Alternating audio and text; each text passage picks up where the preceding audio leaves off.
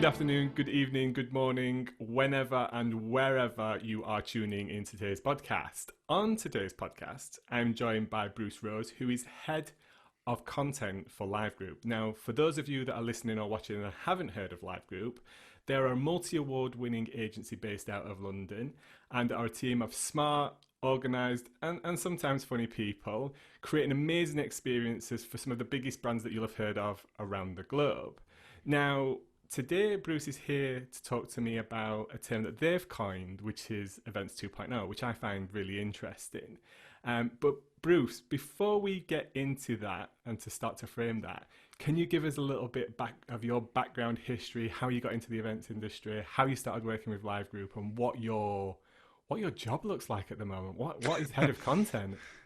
Yeah, a very fair question. I think from my perspective, for my sins, I didn't necessarily know what I was getting into when I got into the events industry, which was it was some time ago. I come from a little bit of advertising and had a bit of experience of that, and I saw this job posting about this company looking for someone to work in their bid development team. This was way back just before the financial crisis, and I thought, yeah, there's definitely not a giant economic collapse about to happen. I'll apply for this job. Got it, and was really I was one of those people that never thought of the events industry as an industry. And I thought, oh, events happen, and surely they don't require much planning. And they're just in the background. And then one of the fortunate parts about being in business development is you have to understand the company that you're talking about, and you have to have, in my view, to do that job really well, you have to have a passion for what you're writing about and how you explain it to people. And so I got to just throw myself into the Live Group, and Live Group was always and has always been one of those companies that very much rewards people that take an interest and have a passion. And I was very fortunate just to kind of spider through all the many different strands of the company and essentially used the financial crisis, which was a very, very painful time for Live Group, very painful time for a lot of people in the events industry, to essentially grab more ability to impact events and basically work my way up from business development through some of the creative fields that we're doing. I rebuilt our webcasting product and platform because it was something that I was quite passionate about. This was in the early, quite formative days of esports, and I was looking at that and saying, well, why do ours not look like that, and what can we do there? And throughout all of that was always taking the view with clients that we should talk about what it is they're trying to do before we talk about the format, because fighting the battles of, well, if you do a webcast, no one will come to the live event was one of those omnipresent things, and trying to explain the purposes, etc., was a core role of it. So I've had some hideous job titles. You can look through my employment history on LinkedIn to see some of the weirdness. Head of content is very much a nice one because I introduce myself to clients as my job is to listen to what you're trying to do and advise you on how to do it. And that comes from the kind of grand sense of what medium are we using, whether it in the olden days, the pre-pandemic days, whether it was something more traditional, as we would say, or whether it's something a bit more digital, all the way through to talking to speakers and massaging them through the process of talking and how to talk and how to bed in key things. So it is a very wide-ranging role. It's something that suits me to a T. And what it means in this time is an awful lot of conversations with the client and an awful lot of pulling them out of their comfort zones, which I find is rewarding and sometimes maddening. Yeah. Well, there's a lot in there, mate, and thank you Yeah. for giving us that background. It's interesting because our kind of like starts in the events industry are somewhat aligned. I also kind of fell into the events industry just before the financial crash as well on a publication. So kind of like initially advertising and marketing and events kind of evaporated quite quickly. I think more because it was like, well, how can we throw an event for something if people are losing jobs? But what I learned from that financial crash, and I think maybe you might have experienced it the same, is how important events are at bringing people and bringing business and economy back out of that financial crash or that financial hardship. That's what I found anyway. I don't know whether it was the same for you. I think my learning was never to want to be in a position again where the tail wags the dog. For me, a sign of events coming back was a sign of economic recovery. But the fact that nothing was happening was a sign of the pain. And I know that's a pain that's felt right now. I have been walking into an events agency with nothing to do, and so you work on the internal things, you work on what you can do to ensure that when a job does come in, you can deliver it. And there was very much, I think that scarred the company in many ways, because it was so brutal. You know, the dirty term unprecedented. In 2008, that was it. We'd never had a crash like this, and there was a desire to never be in a situation whereby we didn't have an answer to something that meant that we couldn't perform an event. We couldn't do something that was useful, because fundamentally, and this comes to, I guess, what I believe in general, I think we often short sell events. And we talk about them in terms of the experiential aspect, and we can talk about them in terms of a moment in time and exclusivity. But fundamentally, it's about bringing people together. And that is a very important and magical thing, certainly against a backdrop of the world we're seeing, let's say, in social media, where we have algorithms directing human behavior. The fact that events are this very human thing where people find acceptance with each other, they talk, they change views, all of that is actually quite important and magical and necessary, more necessary now than I think there's ever been. And so there was a case of, well, if we can't sell what was the traditional event to a client in an time of economic crisis, what can we sell? And therefore, what can we offer? How does it drive its value? And it turns out that some of those answers became applicable over 10 years later as we entered a new phase of unprecedented things happening. Yeah, absolutely. And I think back to your point earlier that you made of, I think your own experience of events happen and they just happen, and the undervaluing of the industry. I think it's very clear now going into the future that as an industry, it is our responsibility to showcase our value and the importance that we bring, and how we do bring that human connection together in so many important ways. Yes, the industry right now might be in survival mode, and we're doing our best when it comes to things like virtual events and still connecting communities up. I think they are, for most, the only choice right now. But I think, my hope is that they will become part and parcel and amplify back those physical events and that human connection that we'll have.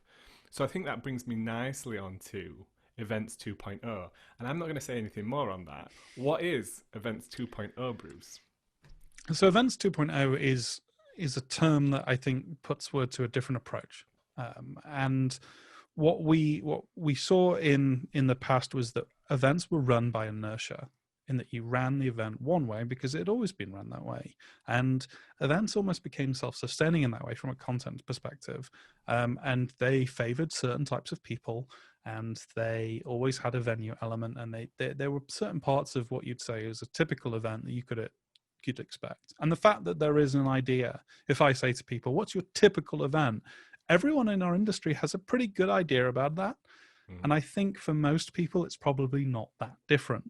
And so Events 2.0 is a term that basically said, well, what if we just forget about everything that we knew, other than how to run a good moment in time, and we start applying that to the work that we do with clients. So instead of saying to them, how many delegates you're expecting, we start with that question of what is it that you're trying to do?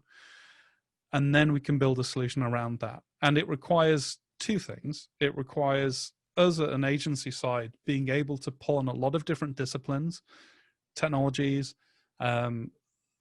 in certain instances, venue connections, a whole lot of consulting and creative thinking.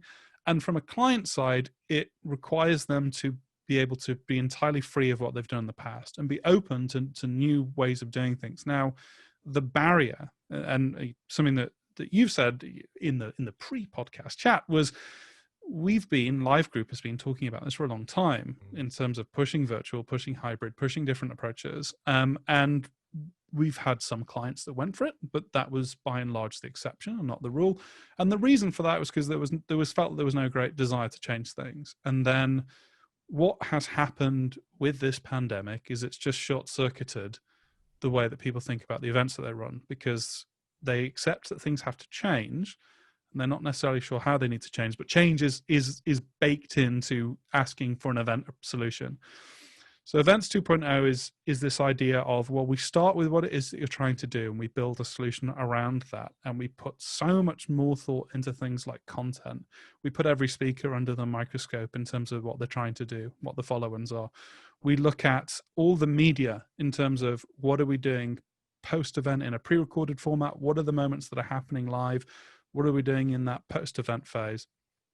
Now, it then begins to change the definition of event, because that term event has almost it comes back to the idea of the traditional event. Oh, it takes place over a few days, range of speakers, different stages. And it's when we tell clients that actually your event starts the moment you send out an invitation email. That's when it starts, and it ends many, many months after you think the live bits end. That begins to change perceptions. And so Events 2.0 puts word to that. It puts more of an emphasis on content and objectives. And it also is something that seeks to be far more diverse, far more welcoming and inclusive. To me, then, as a publisher, it almost feels as if Events 2.0 are a new mechanism and new media of the way to connect up a community around a niche or a company or even an idea and thought in the way that you utilize that entire journey to bring that entire communication piece together. You're right, events kind of seem to be very, or events traditionally have been about bringing people together for a moment in time. But now, so many people are already exploring extending that lifespan out of the event. And then others that I'm talking to are thinking about it even further outside of that, of the medium of getting people up to that point of registration and Mm. content replay and community engagement afterwards. It's totally shifted in my head. So would I be right in saying it sounds to me like a total new mechanism of communication and connecting communities up? I think community becomes that key term, in that maybe in the future we're not in the business of running these live days. Maybe we're in the business of creating communities and creating them around certain concepts, ideas, beliefs, or all the way through to product launches. I mean, the way that people interact with brands has changed. And what is the shift in the experiential space of a product launch? Maybe one of the things you can tap into is your most passionate people, give those a voice and give them a way to communicate with us and hopefully transfer that passion. Now, what it is in essence is to take the best bits of what we did before and to take the best bits of what we're doing now and charting a route forward. And I think that's the key thing I'm trying to get across to fellows in the industry who aren't necessarily having the best time, in that things will change, but they won't change back to the way that they were. And don't expect them to, because if you do, you're going to be quite sad with what pans out and how it pans out. There is this idea that we have, and we are living right now through something that is very groundbreaking. I mean, we've said unprecedented times so much the word has lost our meaning, but nothing like this has happened before in modern times. Now, obviously, we can go back in the history books and find stuff, but this is our modern world. It's very interconnected. It's very different from 1918 and things like that. So this will have gigantic ramifications for how we approach our industry in the future, and we have to create a new format for what that industry is and how it operates and what it looks like. And that's what Events 2.0 is. And it is this idea of it's longer, it takes more time to plan, it involves more risk from a client, because I don't think you can create a community when you're doing hyper moderation and you're only letting certain people speak and you want to control every little last bit of it. You have to have a degree of freedom with the audience that you're trying to work with. So it's going to require bold steps from everyone. And that's why it's quite exciting. I think you can look at this environment and say, well, this is going to be horrible, or you can get excited by the possibilities that it presents. And I'm definitely in that latter camp, especially with what it means to the future audience makeup of events, who those people are and how they feel empowered. I agree with so many points that you've made there, and maybe I'm going to switch some listeners off, but as an industry, I felt like we are absolute dinosaurs when it comes to innovation and utilizing the power of technology to move our sector forward, both in efficiency and connecting people up, offerings when it comes to marketing, sponsorship, ROI, pull through, content, you name it. And that's because, you know, I'm very much a technology person. I spend most of my time actually looking outside of our sector at technology. Mm. I very rarely look at internally and go, wow, I'm amazed at that. I kind of go, okay, yeah, we're catching up. Yeah. And that's how it felt to me for so many years when I started my first journey of kind of reporting on technology and you know, again, a decade ago, working with the live group on what you guys were doing at the time. But there seemed to be so much resistance to that change, so much like, well, why do we need to invest in this? Because we've got great events and Mm. it's easy to put on the same event as last year. But what's really interesting to me is now that technology is allowing communities to come together online, and we are community curators. That's what we do. You know, events of any particular size, whether that be 30 people to 30,000 people, we are the custodians of that community, and people look to us as organizers to create content and support and network and all that kind of stuff. And what's interesting to me is if that we don't innovate, if we stay in that camp of let's just go back to how it was, rather than we are here now where we are, let's innovate, let's absorb, let's adopt, let's embrace and move things forward. I think if you're in that camp, you'll be swallowed up by people that are willing to move that way. And Mm. your communities that you have built up over the last however many years in a physical form will go elsewhere because they can continue to engage with that community and people and notion and idea outside of that physical event. Yeah, this is our industry's YouTube moment. Yeah, it's a good You way of putting it. when you look at that video production world, it always used to be, well, you had to be in the know, and you had all the AV people that told you the way it should be done, and it was always broadcast, and you had to do X, Y, and Z. And then YouTube came along, and overnight, a load of people just started mucking around in their basements or on their computers. And they started making stuff, and it was a little rough and ready to begin with, but it's got better and better and better. And now you look at that world online, which often dwarfs what's happening in traditional spaces. And this is what the space that we're in now, that actually, because the industry writ large, and I don't necessarily want to point the finger at the industry and say it's entirely the industry's fault, because a lot of it has been led by clients, and clients often wanted easy answers with low cost. And so the industry had to offer what was available, and gave those easy answers without necessarily putting the R&D money in and all those kind of things. It is too easy, it's too simplistic to point the finger at the industry. But nevertheless, a lot of agencies exist out there with very traditional mindsets and very set in their ways, and the idea of doing it a certain way. Well, actually, all the tools that have been necessary to run virtual events, online events, and curate communities have become more and more accessible, cheaper, often free. And a load of people have said, well, I'm just going to do it myself. I'm going to teach myself. I'm going to get really good at it. And what we're going to see as we come out of the virtual only world is some of these people that have been running these virtual events will then decide, well, is it so hard if I book a venue now? Is it so hard if I start actually maybe bridging these two? I bet I could pick it up, and I bet many of them will. And so it's all very well and think, well, if we return to normality, that's when we can start working again. Actually, I think those companies are going to be swallowed up by a lot of people in their basements who've been learning so much over the past few months and years and now ready to deploy it. So unless we treat this like our YouTube moment, then we're going to be in real trouble. Well, we won't, the industry won't. The industry will be fine. It'll just be full of people in one-man, two-man bands that are really innovative, really exciting, really fleet of foot. But if we can harness their energy, well, then we're onto something.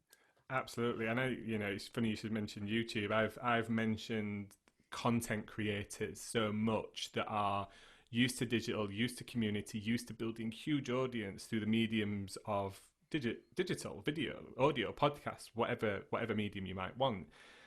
And they already have that community, they already have that audience. So for them to transition over into utilizing online events and then transition that audience into a physical environment, that's going to be super straightforward and simple for them. I'm surprised more haven't done it now. But that being said, I don't think they are the enemy. I don't think other people that are going to rise and use technology.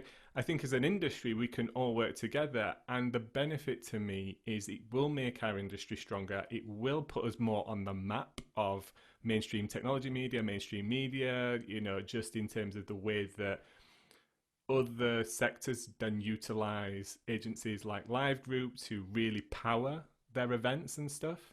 So I think it's a really interesting point. But there's more to it than just that. Like, there's some key benefits that I know that the live group have been really pushing for many, many, many years prior to the pandemic, of why it's really good to go down this route.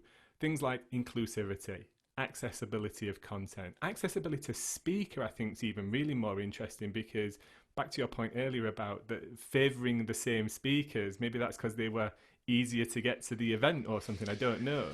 Yeah, I think the thing that gets me excited about the time we're in now, which, you know, I do know how churlish that sounds. I'm not trying to underpin a horrific human tragedy. I'm trying to look at it in the context of how it's applied to our industry, Mm-hmm. and the fact that we've got rid of some evils because of what the environment they're in now. And for me, making things that are more inclusive and diverse is just key to that. And that's the thing that makes me kind of get up in the morning and think, yeah, we're onto something here, and we're onto something that's good. And I think it applies both from an organizer and an audience's perspective. And from an audience perspective, the term diversity, I'm more thinking about neurodiversity, and I'm talking about those people for whom the idea of attending a physical event was the worst idea in the world. And I know plenty of them, people who generally shun it, and they shun it for because, you know, their own comfort. That's who they are as people. They're not broken in any way. It's just not what they want. And for those people, in the olden times, the events industry's response to those people is, well, don't come to the event. And then eventually it became, well, come as and you can watch the live stream, and the live stream was always significantly worse than being able to attend the event. Not in terms of the actions, but in terms of you'd only get some of the content. You'd only get to many times you wouldn't get to interact with speakers. You're often not provided with opportunities to maybe engage with sponsors in a way that you find comfortable. And this is like the WhatsApp conundrum. If someone calls me and I don't recognize the number, oh, no, thank you. I don't want to talk to someone. Who wants to do that? A message is much more comfortable to me. And I'm quite an extroverted person. So imagining someone that's quite introverted, and the idea of the only way that they can interact with an exhibitor as a sponsor is to walk up to a stand and strike up a conversation, was just kind of a bit of blindside. So suddenly we're in an environment whereby if you are not the typical event attendee, you have a value proposition that really speaks to you, and one that you feel that you're on level pegging. And so those audiences are brought in, and you're completely right in terms of there is now no excuse not to have all kinds of speakers, all kinds of brains powering your event, because the barriers to bringing those people online is zero. I mean, we've done some work with the UN, streaming speakers in from every single corner of the globe, often in trying technical conditions. But you know what? We've always managed to get them. And so if I was talking to a client now and you know, they were presenting me with the same 10 old white dudes that have always been speaking on panels, I would have some pretty hard questions about why on earth can't you grab people? Because you can brief them in seconds, you can connect to them in seconds, you can have them talking in seconds. So this new kind of power that's at our fingertips to pull people in and get them talking to wider groups should be what we're really excited by and really interested by. And this also comes down to the element of safety and sustainability. And I'll just touch on safety very briefly, but we have and are running events that are viewed in some parts of the world as different and dangerously different. So, for example, an LGBTQIA conference. There are places in the world where it's illegal to be gay. And if you want to take the risk of attending an event physically, that can put you in danger, real danger. And we can maybe with this approach bridge those people in and let voices that haven't been able to be heard for safety concerns, whether that's as attendees or speakers, be heard. And that's exciting, and that feels important to me right now. And then on the sustainability front, I mean, I don't want to shift from crisis to crisis, but we are in a climate crisis, whether we want to face up to it or not. And not having a good enough answer for the travel that goes into events has been a kind of awkward part for the industry for a while. And suddenly we have an answer to that. And that kind of leads to the reshaping of what an event is in future, whereby the people that are attending physically probably have a very good reason for doing so and have a value that drives that can maybe answer the carbon cost of bringing them there. And then everyone else is getting the same experience, the same curated interesting experience, but are attending digitally and therefore aren't bringing the same carbon debt that they would have ordinarily. So this is a huge part of shift. And it's, the eventual part is you want to be in a part where you're green and you can look at carbon offsetting events, but the cost of carbon offsetting an event where 90% of your audience is digital is far easier and far more accessible than if everyone's attending in person from all over the world. I actually think that that will play a massive role in, I guess you can almost justify whatever the investment is in creating a great online experience, bringing people in, like you say, giving them access to speakers, being able to network, even if they're just sat behind a keyboard chatting to people on, like you say, on messaging and stuff like that through platforms. But the sustainability thing for me is really important. We do have such a big economic impact. We are part of the problem. I'm not saying we are the problem, but we are part of the problem. And, it's really interesting. I know a lot of agencies have started to come together under ILO to kind of combat that and come up with some agreed, I guess, conditions and measurement tools and things like that. But that's just part of the industry. I think this really gives us an opportunity to go, okay, is this hybrid? Is this virtual? What are the benefits? Does this play really into our corporate sustainability mantra? Does this really hit home? And actually, like you say, allow us to in effect change and measure that reduction and measure that impact. But let me ask you this. What are the drawbacks? Like, at the moment we're talking about all the positives. Do you see any drawbacks or potential potholes along the way that we should be aware of as an industry and we should be able to overcome in terms of challenges and stuff? I mean, there absolutely are. If I was here saying, yes, it's all amazing, you should all be doing this right now, that would be lying to you all. There are so many considerations that we're going to have to bear in mind. I think the first one that I'd want to tell the industry about is just be wary of the next wave of inertia. Because if I'm here saying about, well, events are in a place where it was run one year because it was the way that it was always been run, we're going to run into the exact same problem with virtual events, in that people will just become devoted to them because of dogma as opposed to the actual rationale behind them. As strong as that rationale may be, but I'm already seeing kind of playbooks in terms of, well, this is the way virtual events are run, which is ludicrous, because I would never be able to say a way an event is run. And a virtual event is in principle the exact same thing. Each one is quite unique. Each one requires different approaches. And depending on what you're trying to do, each one can form quite different kind of interesting shapes. So let's just be mindful of that. As soon as someone tells you this is the Bible for how to do X, Y, and Z, just always be a little bit concerned and maybe ask the question, why? So we have to be mindful of that inertia. The second thing that I always try and bear in mind, in that my favorite place in the world, that me, this is maybe sound like a complete weirdo, but I'm okay with that. Everyone that knows me knows I'm a weirdo anyway. But my favorite place in the whole world is to go to an arrivals lounge at any airport. Okay. Because it is this beautiful coalescence of humanity, because you can sit there in a coffee shop. I'm not saying I go to airports to watch people, not saying it publicly at least. But there have been times where I've been picking my wife up from the airport, and you go to, there's always a coffee place nearby, and I always arrive a little bit early. This is my one admittance of being a weirdo.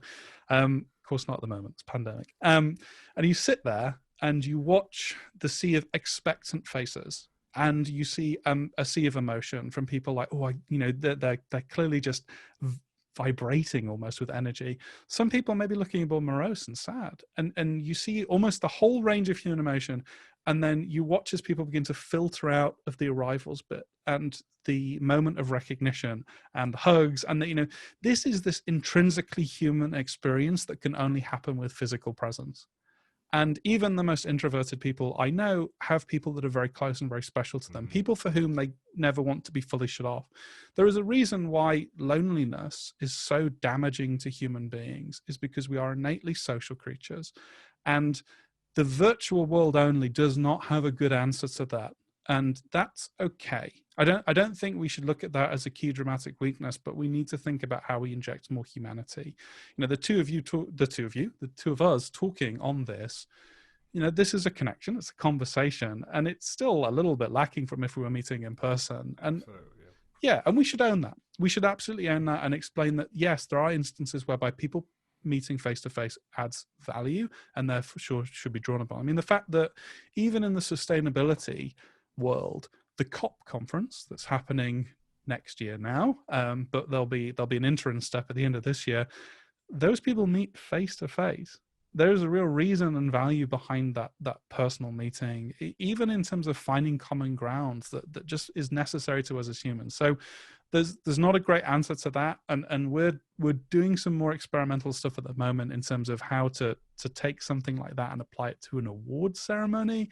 Okay. Because we've been quite upfront in that it's probably one of the hardest things to do truly virtually, because there is something so much that goes into that experiential, that almost warm hug feeling that is so impossible to generate in a virtual sense. And so there are weaknesses. I think for me, Events 2.0 is where you begin to look at the strengths of both and mash them together, and so that you really do mitigate those weaknesses. And I guess the final key weakness for me, and the key consideration going forward, because I think every weakness is just something to be overcome. So if we say inertia is going to be one and human connection is another, the third is a reliance on digital tools too much. And you can speak to our digital director. He will wow you with all the amazing possibilities of tech. I don't need to say this to you because you're very au fait with everything tech. And to your point, it's that idea of, you'd be looking at what's happening in the events industry and knowing that it was actually, you'd seen it previously 2 years ago applied in a different industry. But that's fine. But I can see a future where the events industry tries to chase something of the social media model, and it's just a case of, we'll let algorithms decide everything. We're going to run this event year on year, and we're going to do A/B testing to see what people like to do, and we're just going to black box all the decisions that goes into events. And I can't think of any worse outcome. For me, if I'm going to believe that events are important from a human connection point of view, that has to extend into the planning of them. You need a human brain tied into this, and it's why Live Group has been so much more keen to push the consultancy level. Like, we can generate an auto data report and we can hand it over and say, and off you go. And maybe in the future we can develop algorithms to draw some inferences from that. But for me, you need someone that understands what the client was trying to do to actually analyze that, present some findings, and offer some routes going forward. So I don't ever, ever, ever want to lose the human touch in what we do. As easy as the answers that the digital data world will seem to offer, I think we have to resist that, because I think we have to remember that we're dealing with people at all points. Again, I have to agree with so many points. I'm really glad you mentioned awards, and I have to agree that it's that visceral environment, isn't it, of winning or losing, unfortunately, Yeah. and still drowning your sorrows or celebrating at the bar. But there's so many things that happen as part of the awards. And we're going through this challenge at the moment with the Event Technology Awards. I'm not going to lie. Every other part of our events and stuff, we've got a really solid plan for that. There's still this element of the virtual awards, because it has to go that way, and how we still do that on a personal, celebratory level, because you don't really celebrate in isolation, do you? No. It doesn't work like that. You always want somebody to celebrate with, whether that's your wife, your best mate, your work colleagues, whatever. And that's an interesting thing about awards that I never thought about when coming into it, is people do bring their families to celebrate with them, even if it's a corporate gig. So I'd be really interested to see how you solve that, or try and bring that human connection back into awards going forward. I really would. To peel back the curtain, it's a lot about fun. And I know it seems so trite and such a it really is about fun, but it is. I think awards, when they are in person, you can be a bit more austere and grand. You look at your Oscars in terms of that utmost kind of, this is very serious business, even though they have a little bit of levity with the awards hosts. And an answer to that is actually to go completely the opposite way and to have much more of a gonzo fun feeling to them. Yeah. Because for me, this is going to make me sound like a sore loser, but let's say I'm up for an award, and let's say it's a traditional award night, and I'm sitting on my Zoom call and the award nominations are coming up and I don't win. I'm thinking, oh crud, right, why am I here? I'll just disconnect. Whereas if I was at a physical award, you'd be having those conversations pre-event. I've been to the Event Technology Awards many times. Yeah. You come, you speak to people in your industry, you find out what people are up to, you talk to the people on your table, you form a relationship. I mean, I've often been more invested by the awards that other people on my table are up for than the ones that we are, because you want them to, you make these connections, you want them to succeed, you get so invested in that, then actually the whole night just kind of melds together.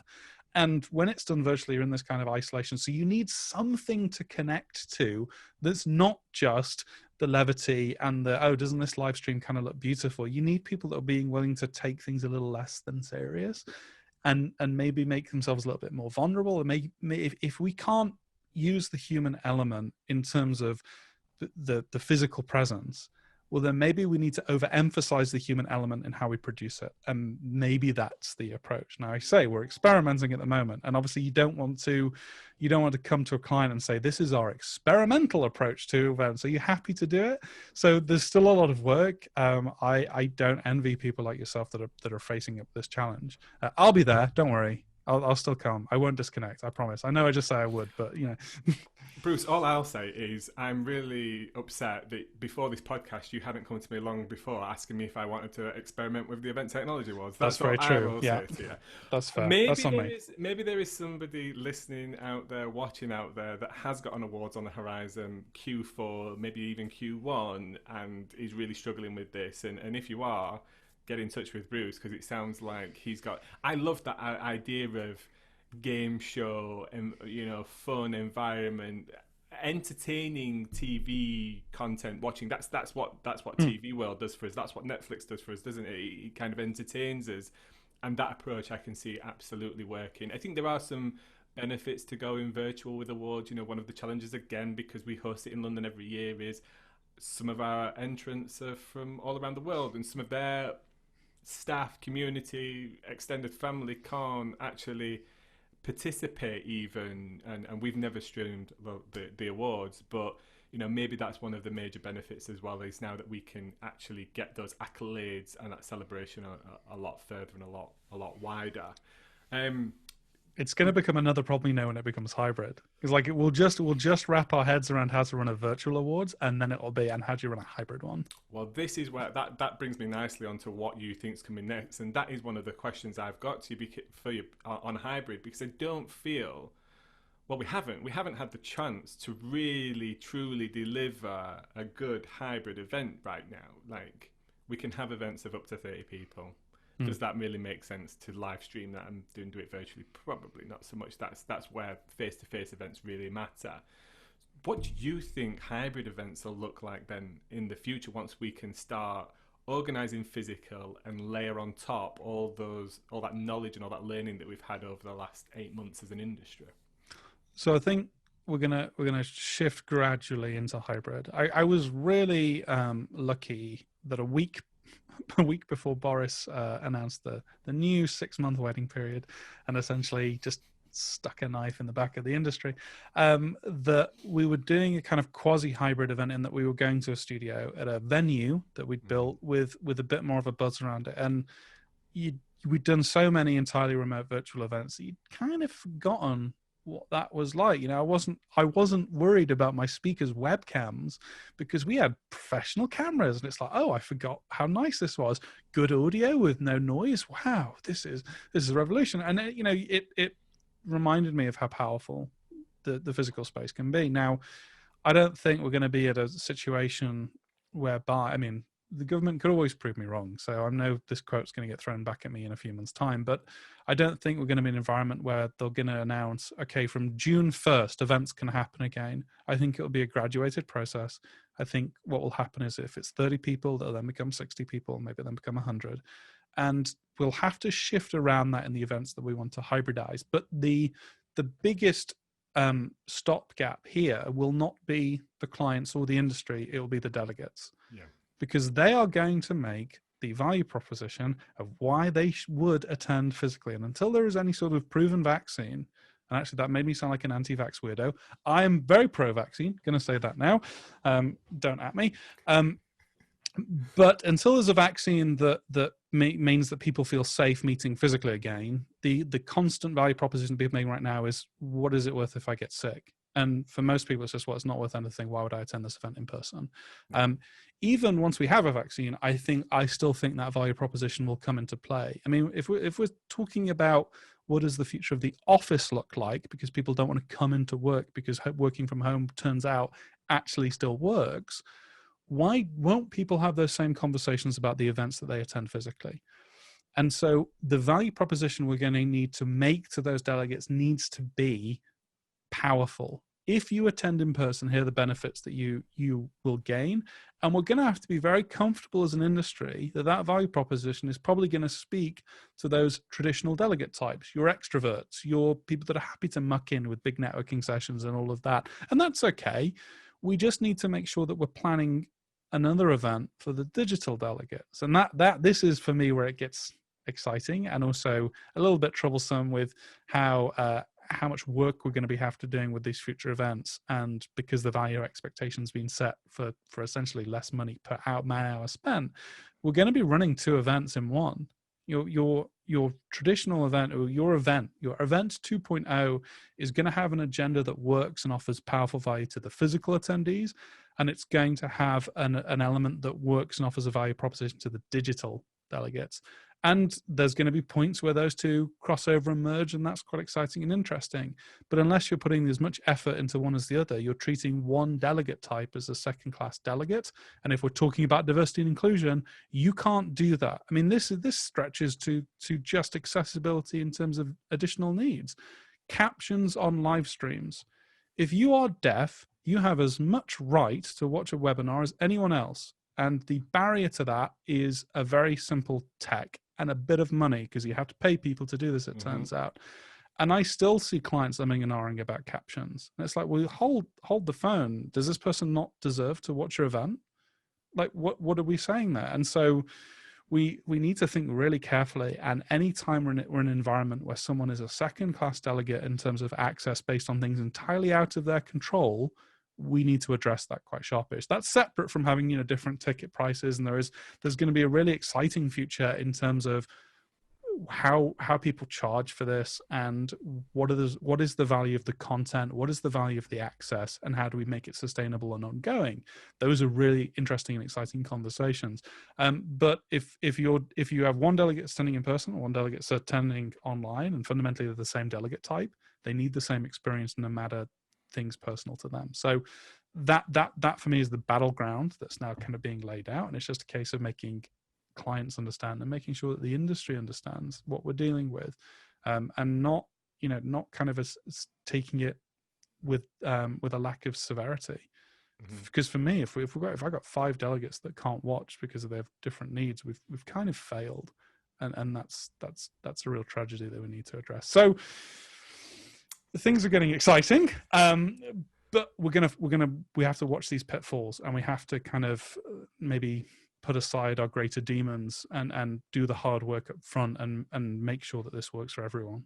I agree, especially on making it accessible to everybody. I think one of the things that strikes me as the potential of most events, not every event because of the format and stuff, but what about the value proposition being that actually that event moves around? You can still include everybody can still tune in, but it doesn't necessarily have to be in London. Maybe it can be in Milan one year or Miami the next.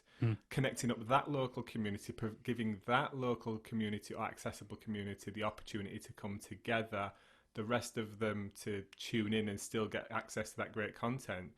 But for me, that's really attractive as a potential visiting delegate, because all of a sudden I'm not going to the same venue that I go to every single year, eating the same catering. I can actually then start looking at it as a business leisure activity and going, okay, well, I'm going to go to XY conference in Miami on Thursday and Friday, and then I'm going to stay there over the weekend and extend my stay. I did that actually at an event that I went to last year for an industry event. Now, for me, that was a really cost-effective way to do it, but more so to that, it was a really clever way for me to do it around time availability. Would I have gone to Miami and taken a week out there and gone on holiday with my family? Absolutely, yes.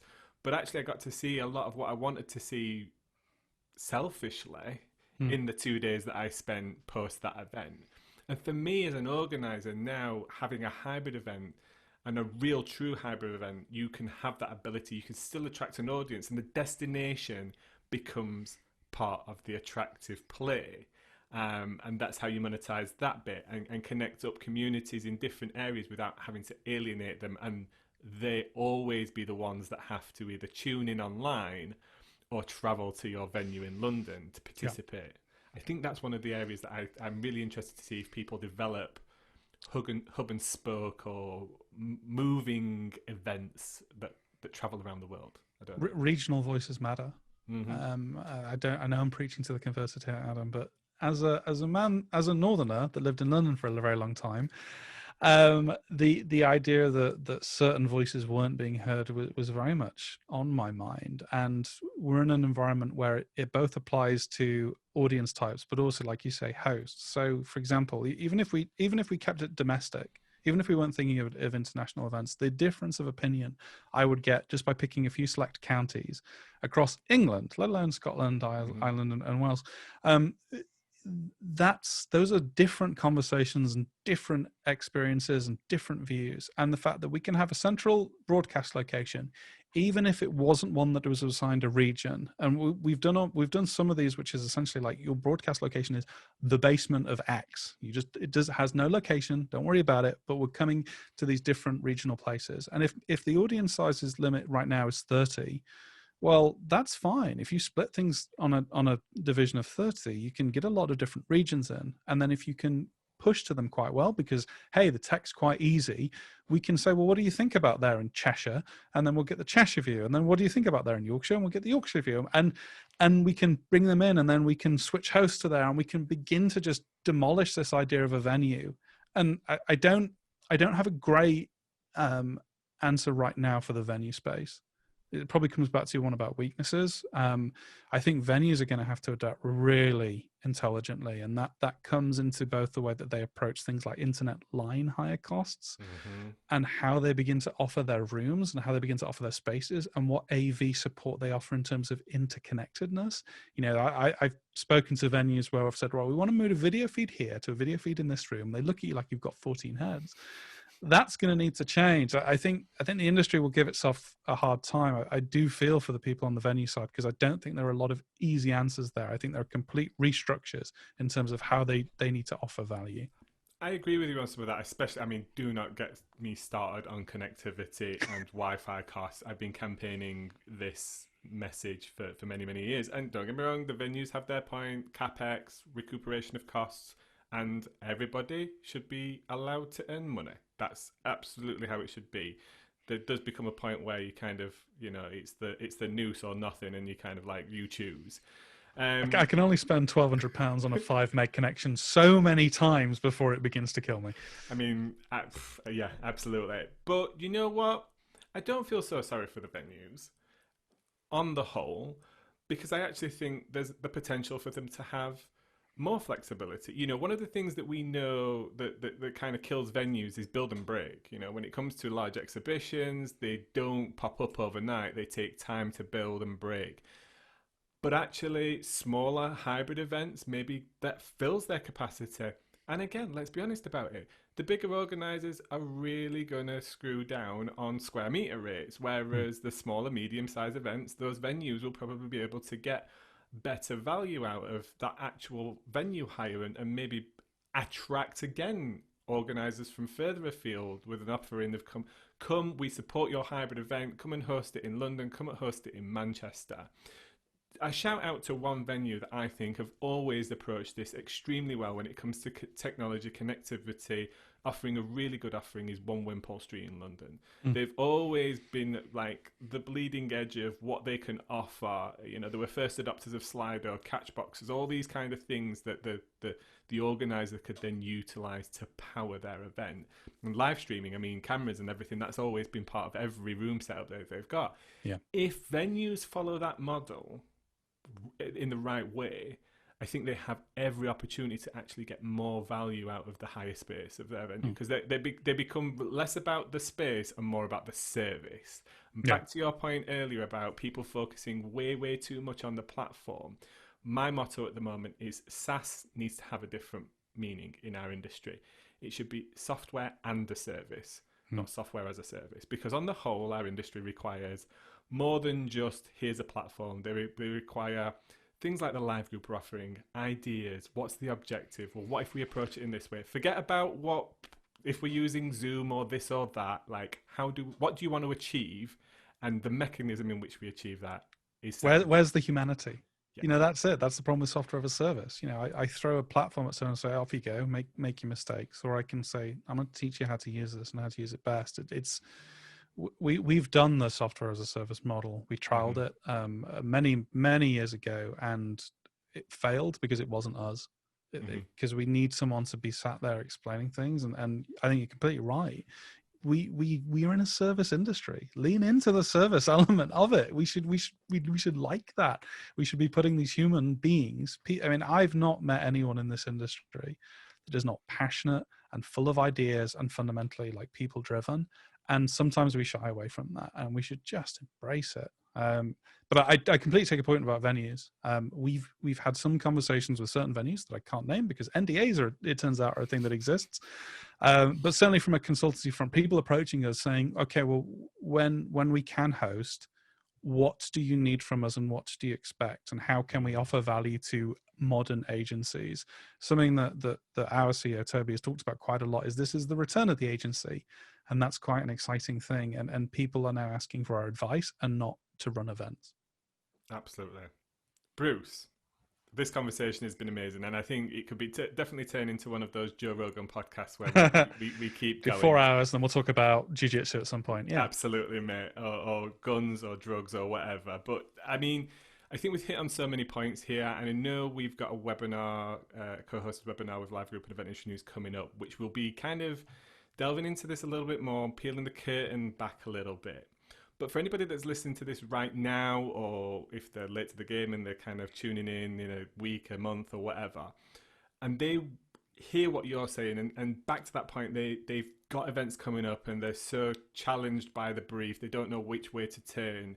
How can they connect up with you personally? Where's the best place to reach out to you? Just appear at my house. I live at no. So LinkedIn's a good one. I'm Bruce Rose on LinkedIn, head of content at Live Group. There's not too many Bruce Roses. That's okay. It's Rose like the flower, very floral, like me.